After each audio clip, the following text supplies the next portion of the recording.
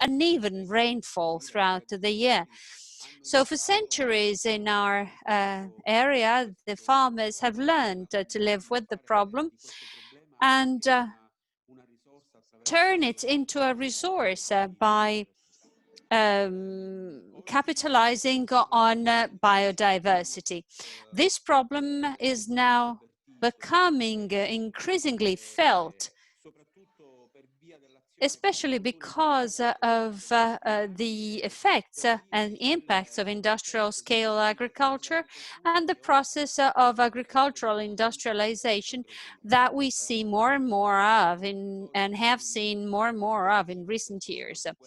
In our area, the typical species are typically Mediterranean, like almond trees, olive trees, and certain vegetables, which are now being industrialized, despite the fact that they were originally adapted to arid, very dry climate, and now they require a lot of irrigation. This leads us to a discussion on biodiversity and the valorization of biodiversity in environments where water is a limiting factor.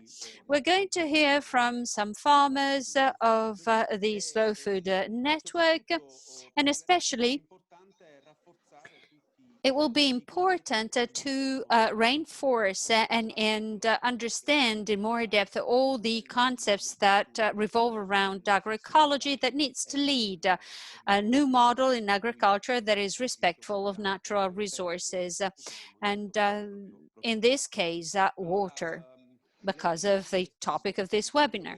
So alliances are all important, and this meeting today is an opportunity to reinforce alliances between scientific institutions, associations, universities, and many more. And Slow Food is a player, is a matchmaker in that case, creating virtuous examples to involve our farmers and farming models that are associated to the small scale and smallholders, and responsible farmers who know how to engage consumers who are aware of all this.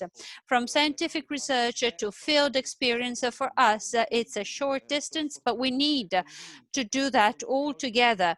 And I'm firmly convinced that today's meeting will be conducive to new alliances favoring the agricultural world that needs to be able to build on such alliances and see everybody work together in alignment towards an agricultural transition. So thank you everyone for being here, and I wish you a fruitful webinar. Thank you, Francesco. Thank you for this introduction and for the need for a new model of agriculture for the coming years. Now I would like to present Tantan Li, who is the Mediterranean Director of EIT Climate-KIC, and who will tell us a bit about the project and Climate-KIC in general. Please, Tantan.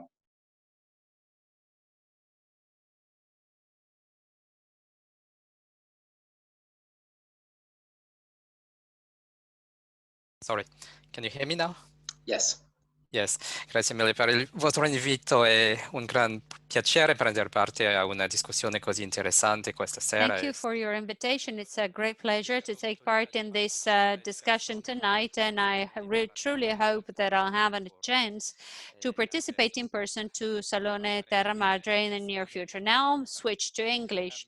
So yes, indeed, this project is a very special project, I think, for us. EIT Climate-KIC is one of the KICs, knowledge and innovation communities, which were created in the last 10 years. So we were one of the first three. And in a way, I mean, of course, we have been working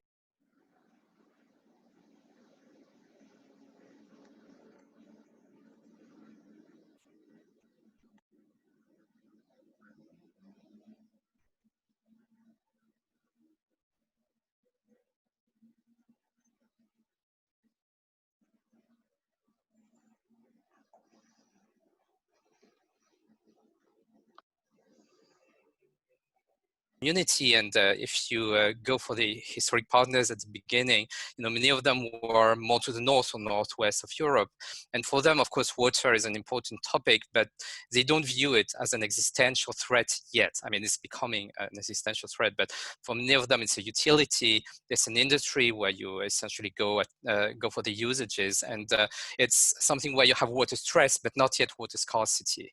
And so there is this notion that water is a little bit of a silo, even though it's a very important silo. And so the place of water in climate action is something that is massively important in the vast majority of the countries of the world, but it's not an evenly spread awareness that you can find even in every part of Europe. So I think it was really important, and with some of our colleagues in Climate-KIC, we really wanted to emphasize the importance of taking this as a core topic for climate action per se, a topic per se with the challenges of water scarcity, but also a kind of federating challenge and topic for systemic innovation. So systems innovation is massively important also in what we're doing. And in the case of water scarcity, of course, you can approach it from the physical and existential problem. You can approach it through wealth of technologies, and there are indeed many startups that are going to have been emerging, are going to emerge thanks to this project in particular, and looking for very innovative and very ingenious solutions. But you also have those dimensions of societal and social innovation, which are absolutely key to this topic. There are of course the economical aspects, but there's really, I would say, this dimension, especially in Southern Europe, this dimension of existential, I would almost say core cultural value of water. So water is a necessity, it's of course an ingredient, but it's also something in which we put a lot of our history, a lot of our belonging to the soil and belonging to the land where we were born. Not in Italy, but you might have the same saying in Sicily. But in Croatia, they have a proverb which says that when you dip a finger in the sea, you are connected immediately with all human beings touching a sea somewhere on the surface of the world. I think it's quite beautiful, and in a way, when you think of not seawater, but water in general, there is also this cycle that is relating, people together, connecting people together, and yet it is something that is very cultural in a local sense and in a regional sense as well. So I mean, all those parameters justify an approach that is very rich, very transdisciplinary, that comes from different perspectives. For us, it's climate, but for the other KICs involved, of course, the food is massively related to water. But any element is actually requiring water as not just as a necessity, but as an existential ingredient. So I think that's really the perspective that I wanted to bring here. It's an area where we want to generate learning as well for the rest of Europe and a lot of the world. So as I said before, if you are in Belgium, if you're in the UK, you might see sometimes a little bit of dry spots, and you can experience a water stress, but not yet a water scarcity. I said not yet because obviously there's a lot of learning from those countries which are more to the south of the continent that have to be taken in very seriously by the rest of Europe, because this is coming much faster than they think. And I'm not saying we should be interested, in the way we approach this. It's not because it's going to happen to us that we should care. We should care because it does matter in the countries where it's happening, but also it's a lot of learning. And I mean, the fact that it's that we want to work on that in Southern Europe is probably because that's one of the richest combinations of nexus involving the water that you can find, at least in Europe and probably on the surface of the planet. If you think of another perspective, but there are so many, I won't mention all of them. I've been involved with my Spanish counterparts in two workshops which were around this different nexus of water, employment, and migration.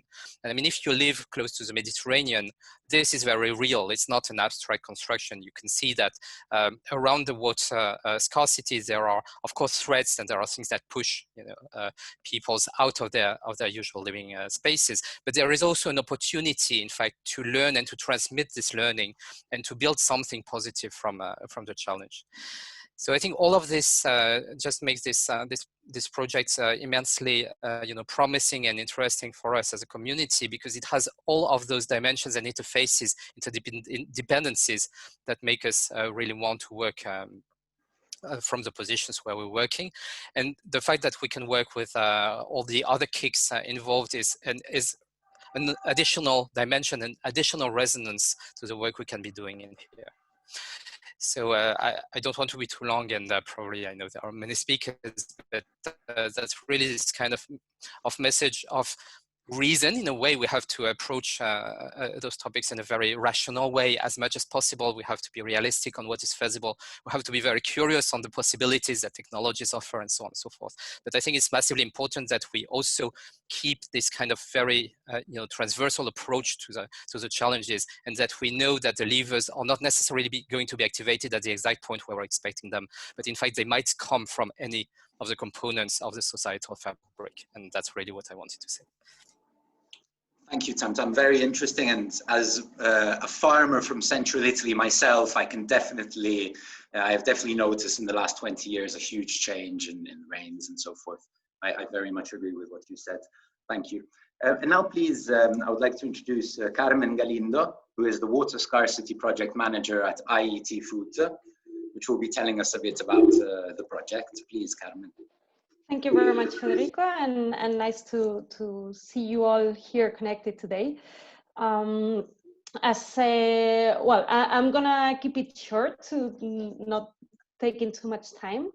But as you've mentioned, I am working at EIT Food. We are our mission as a KIC from EIT is to improve and to improve the food production system in Europe and to make it more sustainable. So, of course, water management and adaptation of crops and resilience is one of the key priorities for us, and that's why in the first place we decided to launch this project on water scarcity.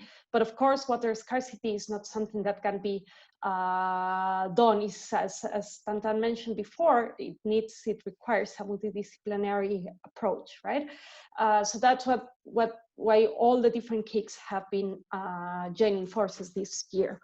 So in this year, in 2020, I want to move to the next year already, but it's not yet.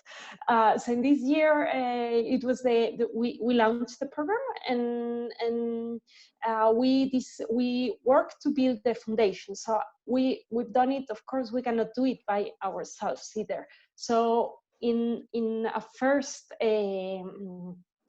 step, what we did was to gather together several experts on the matter because it requires a lot of knowledge. So we built what we've been calling the body of knowledge, and that has helped us a lot to define where to focus, what kind of challenges we need to address, what kind of innovators we need to look for, and which entities should we get more involved with, right? Based on that, we also so that helped us creating the knowledge, let's say. In a second stage or in a second block of activities, we've been fostering and supporting innovation and entrepreneurship through a startups program called the InnoWise Challenge Lab, we've called it. And in that block of activities, all the participants have been supported with mentoring, with trainings, etc. We focus the activity this year in Spain, in Italy, in Greece, because of obvious reasons and the water stress these areas, these countries suffer. But we don't want to stop here, and we will keep going to specific regions, to other countries, wherever is needed. It's still open. If you have, if you want to discuss further, we can discuss it. And then we have a third block of activities, which is aiming at and implementing a water-saving culture. So not only supporting innovation, but also helping or giving the tools to SMEs, to students, to professionals in other areas to get to know the challenges and the options that they have to fight or to implement water saving solutions. So this year, as I've mentioned, was the first year and it was a pilot year. For next year, we will spend further. And we are aiming at getting a stronger and with more complementary backgrounds to gather more knowledge and to get more involved with the relevant agencies in Europe and policymakers. From the innovation perspective, we are aware that the green technologies, water technologies require a long time to market and also extensive testing. And sometimes when the companies are like halfway, they don't have access to enough financing. So we want to increase our support to these scale-ups and SMEs and to find end users for them. So we want that the relevant solutions we support have the right target for it.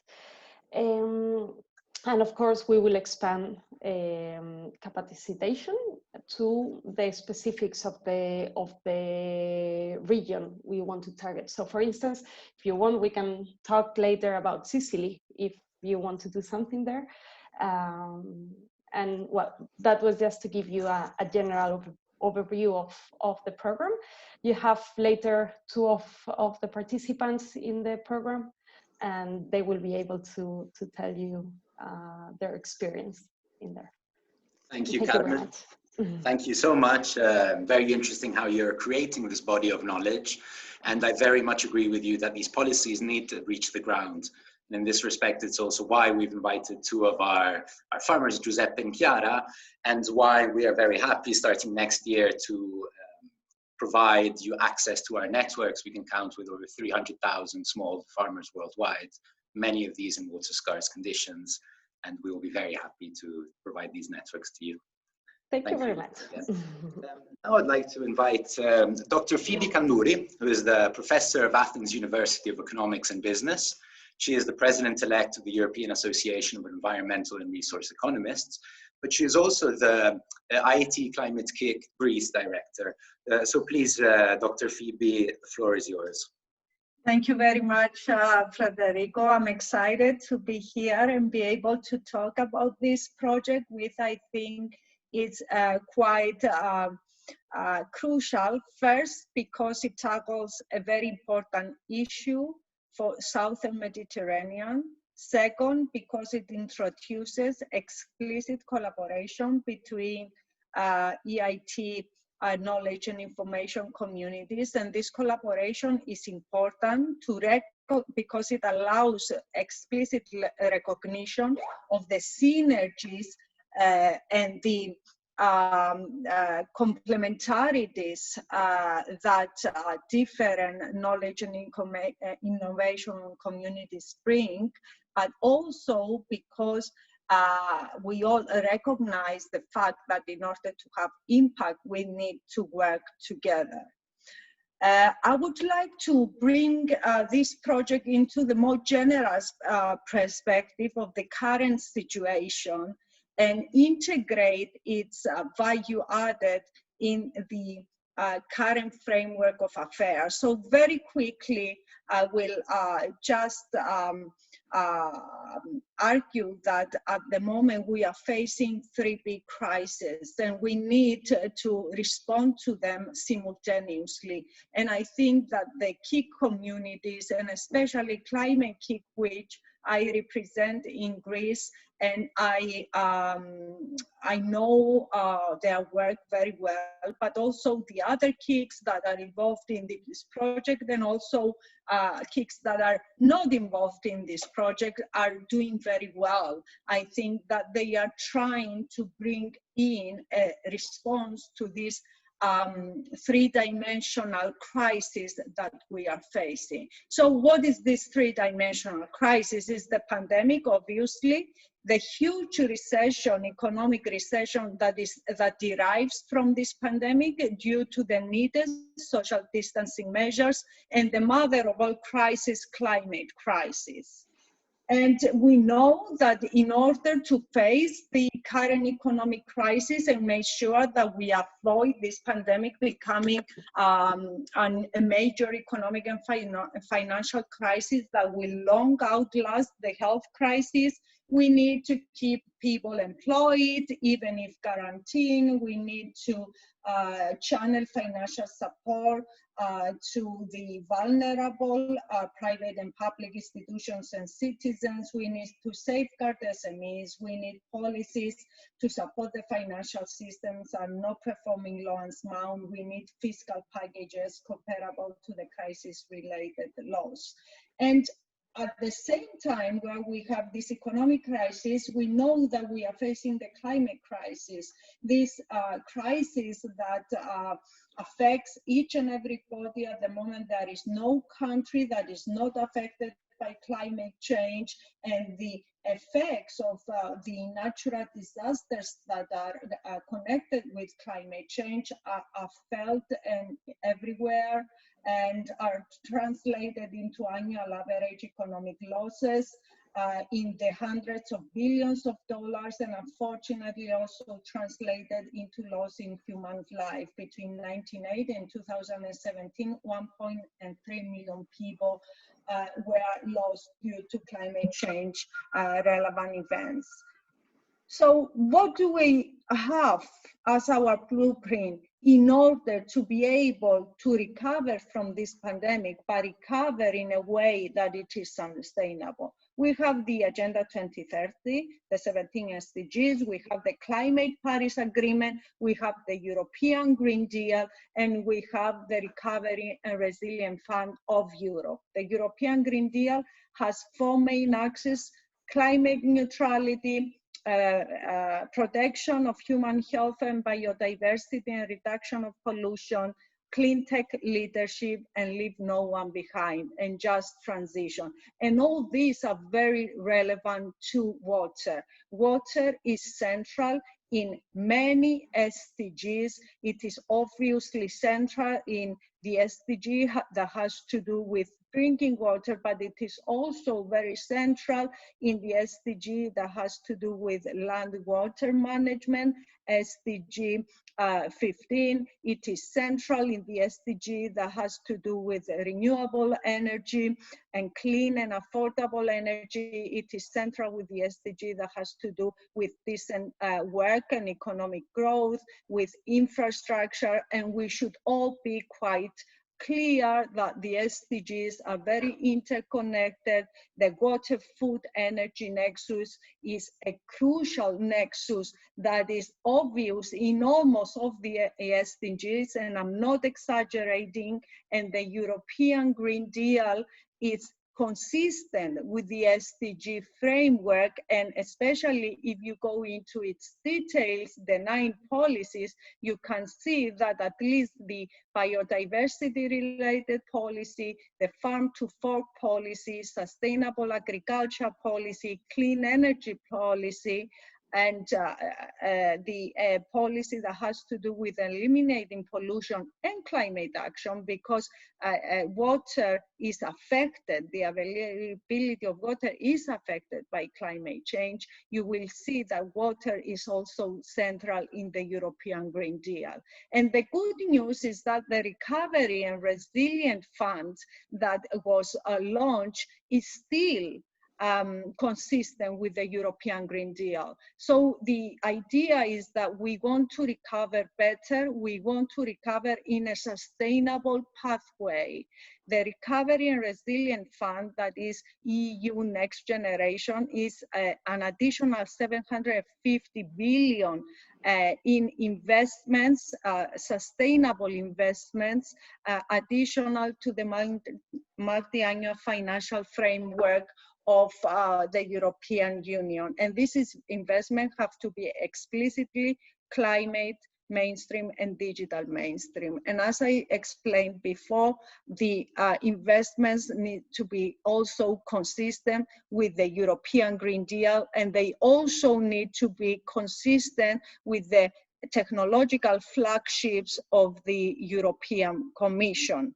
And these technological flagships are our technological pathways towards a better future.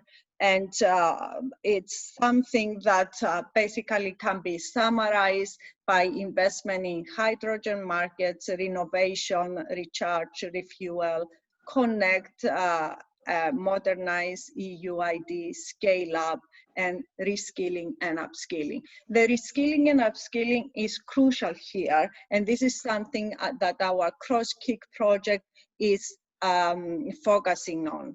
At the moment, we are going through the fourth industrial revolution. Technological advancements are happening in such a pace that has never happened before.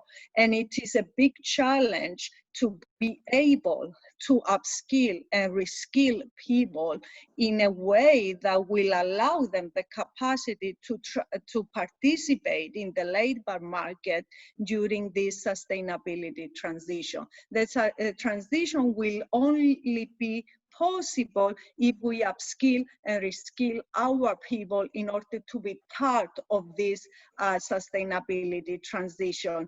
And the upskilling and reskilling means a huge investment. And this is what the Climate-KIC is doing by providing mentorship for irrigators, but also supporting the innovators. Why is innovation important in this sustainability framework? Innovation is crucial for the implementation of the SDG agenda, for the implementation of the Paris Agreement, for the implementation of the European Green Deal, for the implementation of the resilient recovery plans. Why? As it is, I shared a panel with the General Secretary of the UN last week, and it was explicit. The three mobilizers for a sustainable recovery is global climate neutrality, and this will be achieved with renewables, with circular economy, nature-based solutions. 1/3 of the climate neutrality pathway is expected to be achieved by nature-based solutions. Sustainable water management is partly a nature-based solution. Circular economy is crucial for our irrigation, agriculture, food production industries. The other two mobilizers are climate adaptation and resilient projects, and these are also important for our water sector, and they are also important for facing water scarcity and finally sustainable finance. So once we have the innovators focusing on these mobilizers, renewables, circular economy, nature-based solutions, and climate adaptations, we also need to mobilize the financial sector in a way that they finance these innovations into scaling them into implementation, accelerating them to high TRLs, accelerating them to market solutions, and then investing in scale-up projects. At the same time, while we help the innovators, as I said before, we also need to get into a very big awareness campaign in order to allow the civil society, the businesses, the NGOs, the policymakers, the politicians to understand what is needed, what needs to be done in the water sector in order to become sustainable. And this is part of this project. We are doing a lot of awareness events, and at the same time, we are also building capacity. Like I indicated before, it is important both for businesses and local implementators and even local policymakers to understand the needs and to endorse and embrace the ideas in order to really achieve implementation. And what is lovely about the KIC is that they have developed a very innovative and truly engaging approach to engage stakeholders. This approach is called Systems Innovation Approach, and it is about co-creating the future vision with the stakeholders. This means that they understand the problem and they bring in their views about how they want to tackle the problem and how they want to see their future in 10, 20, 30 years. And once they agree on a common solution for their future, the Climate-KIC is helping them co-design the technological pathways and the policy pathways that will allow them to reach this future. And this project is doing exactly that. It's engaging the stakeholders, both the farmers and the innovation developers, the technology developers, the social solutions developers, towards understanding what a sustainable future in the water sector and the interlinkages of this water sector with the food sector, the manufacturing sector, the raw materials sector, and so on. And then allowing them to come together to build capacity and co-design, co-develop solution pathways towards this common future. The good news is that it's working, but we need to scale up the engagement, and this engagement should be bottom up, of course, while at the same time we are thankful to the top-down mobilization because we see many green deals evolving. It's not just the European, it's the Canada Pact, it's the South Korea Pact, it's the US committing to a green infrastructure recovery, it's Israel, and of course it's China with the commitment of 2060 climate neutrality. So I will close, I will stop because I know I always talk to Margaret and I get excited by saying that we don't need stimulus spending in order to recover from this crisis. We need transformative spending. We need to transform our systems by rearranging their elements in a different fashion that will allow a better functioning structure. And the ambition is that this better functioning structure will trigger the exponential change that we need in order to face the three simultaneous crises that we are facing. We cannot anymore base our hopes on stimulus spending. We have done that the last 10 years. We ended up calling our monetary policy helicopter money, but growth has not come. A real boost in the economy has not materialized. Real investments in real economy are at all-time low. What we need is to transform our financial, political, social systems in order to function better and trigger the exponential change that we need. And this project is doing that for the water sector and the water, food, energy nexus. And many other KIC projects are doing that in other major sectors of the economy. Thank you for your patience.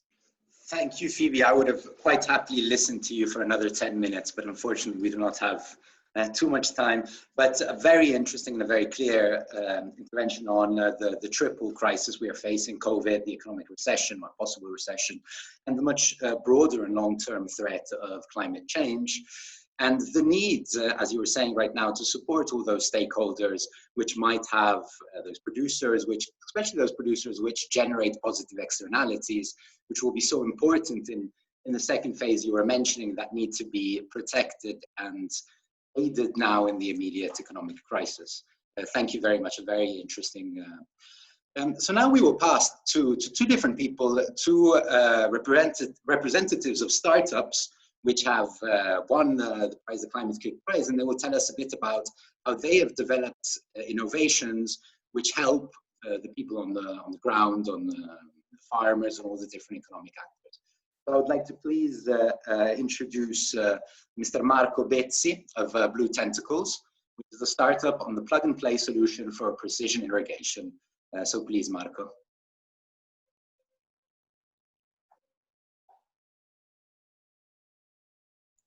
Buon pomeriggio a tutti, grazie per l'invito, mi fa molto piacere essere a questo tavolo.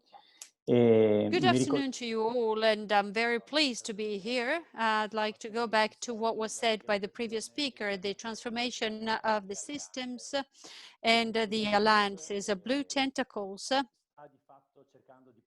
is trying to bring about a change in irrigation systems by introducing technologies that can transform the current systems into precision irrigation systems. So what we do is we make what already exists out in the field smarter, so that the irrigation systems only use the necessary water, avoiding waste and optimizing the use of water. And it's also energy, because water needs to be pumped in many cases. A reorganization, and I agree, has to do with a cultural transformation and an acknowledgement on the part of all stakeholders of the need for a change. Technology is not enough, but what is absolutely necessary is a new awareness of the system as a whole, an awareness by the farmers, by the final buyers of the product, and a final consumer awareness. And so we are trying to propose our technology via an action on all stakeholders. We would really like to see agriculture becoming increasingly sustainable and increasingly profitable for farms and farmers. It is very important that this happens also to avoid and to prevent migrations, as it's been mentioned. They are already happening in the Mediterranean. Finance is key in all of this, and we startuppers are perhaps having some easier opportunities. We are creating synergistic alliances with other startups with which we might even be competitors, but instead of competing, we decided to join forces in order to propose services that are 360. I mean, to make it easier for the farmers who wanted to use our solutions. And we are also trying to partner with bigger companies, even corporate partners. We of Blue Tentacles are based in northern Italy, near the Dolomites, which are a beautiful part of Italy. Come and visit. And we're in a place where water is available. But despite water is available, we start to see some minor conflicts about water and water use. So that allows us to understand how dramatic the situation, how tragic the situation can be elsewhere if we're starting to see water conflicts arise in a region where there's no water scarcity at the moment. We'd like to export our technology to places where there's a lot of agriculture and a lot of water scarcity. I'd like to quote a very well-known person from a very well-known winery in my region. When they plant vines to produce a top-notch spumante wine, it takes 20 years. So talking to this person who owns this winery and estate and cultivates grapes, he was saying water is not an issue right now, but we needed to look out 20 years into the future because we needed to prepare for the climate change that might be underway. I also believe it is important to make everybody aware of the importance of water, and people like the owners of this winery in our region are big influencers. They are people who convinced their grape suppliers to go organic, and if they start adopting solutions that are for the long run at a time when water is not an issue, that will convey a very clear message to everyone. So using key influencers, corporate influencers to reach everyone is key so that everybody moves ahead synergistically to deal with this crisis at best. Thank you very much. Thank you, Marco. That was very interesting. And it is something which has been said a few times, how we really need to rethink the model. And this has to be done with all the different stakeholders together to really develop a new model of both economics and food systems. We really need to rethink this. So now we will go to our second innovator, which is Hara Kutalau. From Matrix, which is the startup of Agregno, an app to help farmers rationalize the use of water in their field. Please, Hara. Thank you for the invitation. I'm very excited to be here in this very interesting discussion. I will present Matrix Information Technologies. That is a startup based in Greece. Water scarcity is a key issue in our business. Smart water is a solution that we have developed for real-time water distribution management. It organizes in real time the daily water distribution, who waters, what crop and field, how much water uses, who's next on the list, what time it will start and end, etc. The solution can help the water distribution organizations or farmer association to manage the water available in a reasonable way. The software can use data manually or take them from sensors. Using smart water, the water distribution organization can rationalize the use of water for agriculture. The users of the application are the personnel of the water distribution organization. Each user must do within the application the actions that he or she actually does. This way, all interested parties can have real-time information. Depending on the role that a person has in the organization, he or she can see in real-time information about the actual irrigations, can act opening or closing irrigation and water sources in the application together with the real opening and closing, or plan for the next few days with a few clicks and much more. I believe that data is very important for the water use. The water distribution organizations, farmers associations, public authorities, etc., don't have real data that can count on them. This application, in a very simple way, with a low cost, can help them to collect data from a wide area and maybe from all over the country in South Europe, I believe. We have a pilot for 2 years here in Greece, and we plan for the next steps to insert, to use artificial intelligence to use the data that already we have collected within the application. That's in brief what we are doing. I believe that information technology can help every sector, and of course can help with water scarcity. Thank you, Hara. That was very interesting, very interesting.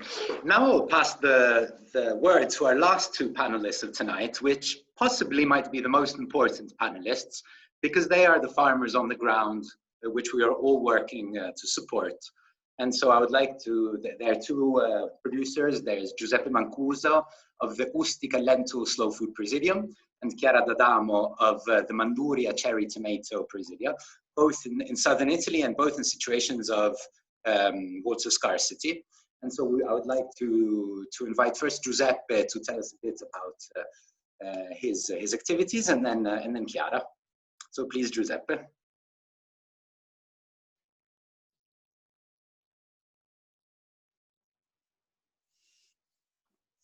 Hello, everyone. Thank you for inviting me to take part in this very important and interesting debate. I own a farm in the province of Palermo, in the small island of Ustica, off the coast of Sicily. I have to say that water nowadays, well, water has always been important, but these days water has become key in our discussions, and in the last year, it has been a reason for great concern for all of us. Just to give you an idea, to understand what happened, so that you understand what happened and how desperate we are as farmers.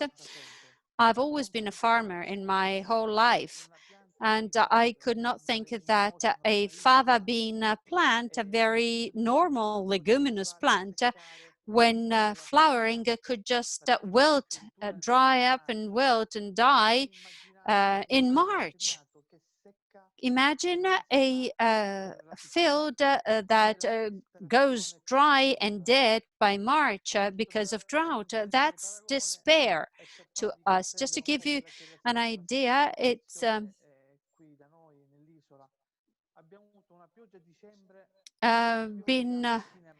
it was raining in December once, and then again at the end of March, and nothing in between. And that caused the crops to be lost, crops from leguminous plants.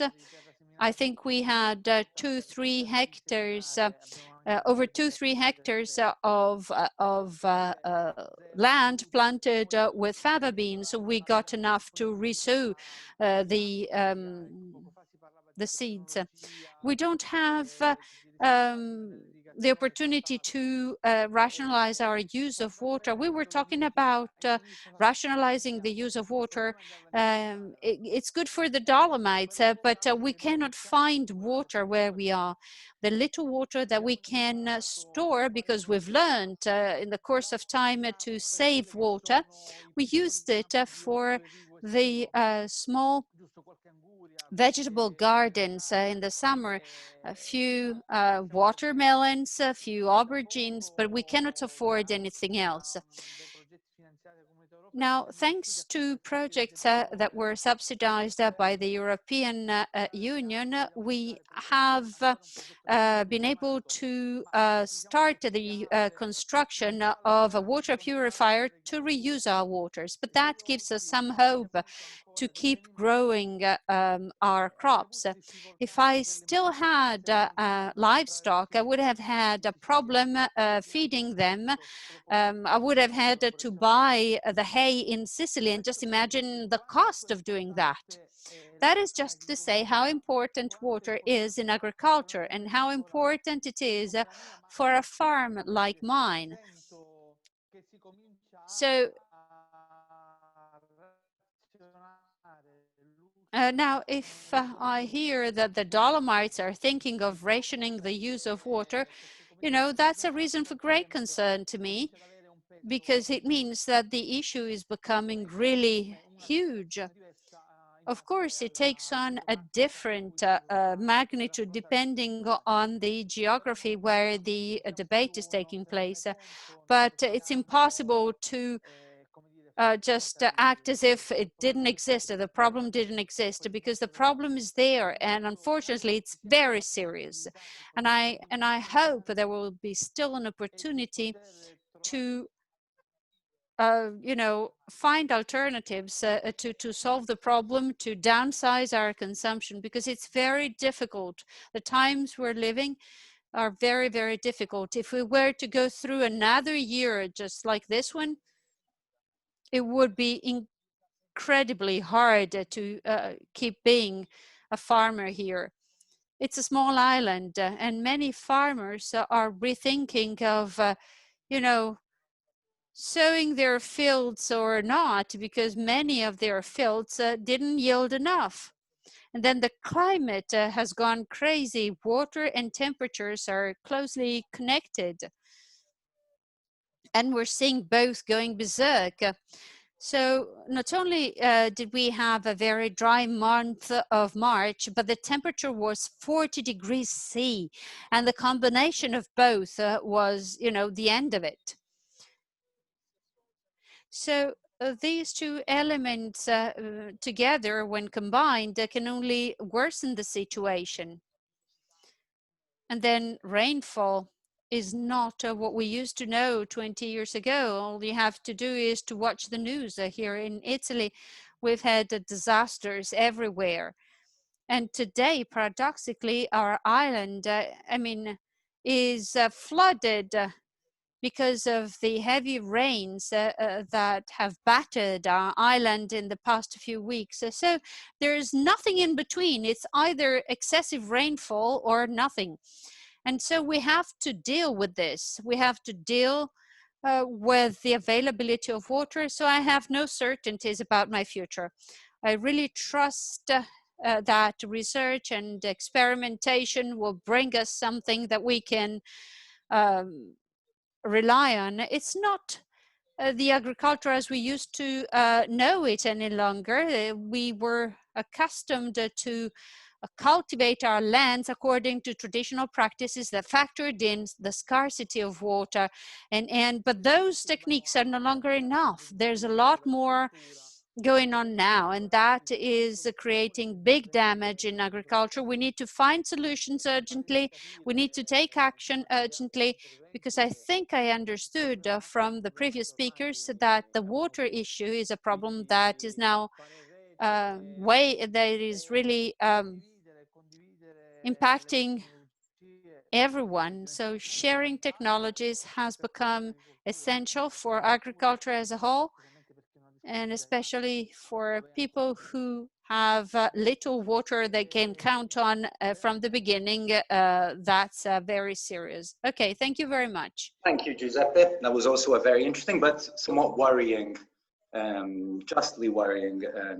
I would like now to let our last speaker, which is Chiara D'Adamo, who is the producer of the Manduria cherry tomato. As I had planned, we're very late, but we do have 5 minutes to listen to Chiara, which I would very much like to do, because I think it'll be very interesting. Please, Chiara. Buonasera a tutti. Good evening, everyone, and thank you very much for your invitation. I will try and be as short as possible, and I'll try and be as clear as possible. I will tell you who we are and what we do. Well, Agricola d'Adamo was founded at a bit of a dark time for all of us at the end of April 2020. It is a small family farm, and it's my sister and I, so not only it is a family business, but it's also a women's only business. Thanks to Slow Food and a study, we decided to produce following our traditions, and we've chosen the Manduria cherry tomato. The seeds were recovered from farmers who were guardians of the local seeds. So we took the seeds from older people that were donated to us, and so we started to work with them. 2021 will be the third year when we will sow the seeds directly in the field. We decided to produce following the old traditions because farming is now focused on industrial methods. We are surrounded by a wrong use of water in farming. Tradition instead relied on seasonality and on natural rainfall. We have chosen to produce the cherry tomato following the tradition. So the seeds are sown in the field at the end of February in the fields that face the coast, and in the first week of March in the fields that are in the more inland. This gives us the chance to exploit rainfall. We have natural rainfall between winter and spring. Afterwards, we make sure that all the plants that already have buds do not compete with each other. So we remove some of the plants and we separate the plants. Later, we do a harvest. Our harvest takes place in mid-June. We also implement a 3-year rotation. This gives us the chance to preserve the fertility of the soil. Of course, we take turns with other crops, leguminous, and other vegetables. We only produced on dry land. So we use dryland farming, and after the harvest, the Manduria cherry tomato is processed. We follow organic methods. Weeds are removed manually to avoid competition between the plant that, of course, has to yield its fruit and weed. The soil is worked lightly and only superficially. We try in all possible ways, as we also have small vineyards of Primitivo grapes, we try not to waste any water, and we follow traditional methods. We respect the times of our plants, although of course climate change exists, seasons are blurred somehow, but we still try and respect the entire system that revolves around farming and around good food. Thank you very much. Grazie, Chiara. Grazie, Chiara. Thank you. Thank you very much. Chiara. Unfortunately, I don't think we will have much time for questions at all, actually. What I can do is, if anyone who is listening is more interested in learning more about the broader water scarcity project, about the specific innovations of the startups or of the work done by the producers, I'm very happy for you to contact us, and I will put you in direct contact with the person or provide the information you're looking for. So I'm very happy to do this. Once again, I would like to thank all the panelists for this extremely interesting webinar. I wish we had another hour to have questions and to really go into more detail of some of the things that were said. But I think it has been a very interesting seminar, and I would like to thank once again the panelists and all the participants. Thank you very much. And have a great evening, all of you, or day, if that is your time zone. Thank you. Grazie mille. Thank you very much. Thank you, grazie. Thank you for an excellent moderation. Bye-bye. Nice meeting you. The future of our planet is decided at the table, in our daily food choices. What do we know about what we eat? How do we choose? Where do we buy it? You can make a difference and contribute to a future where everyone has access to food that is good. Eating must be a pleasure for everyone. We all have a right to food that is healthy, natural, fresh, and seasonal. Clean. Being aware helps us to choose food that is good for our health and the health of our planet.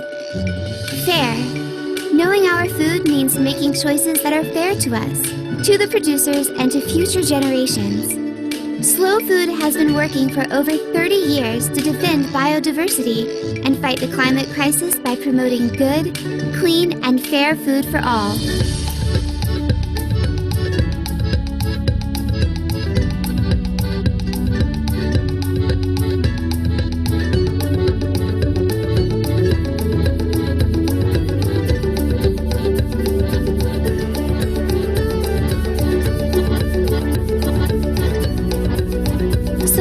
Slow Food. Let's act together for the common good. Go to donate.slowfood.com/en and follow us at terramadreselunadelgusta.com.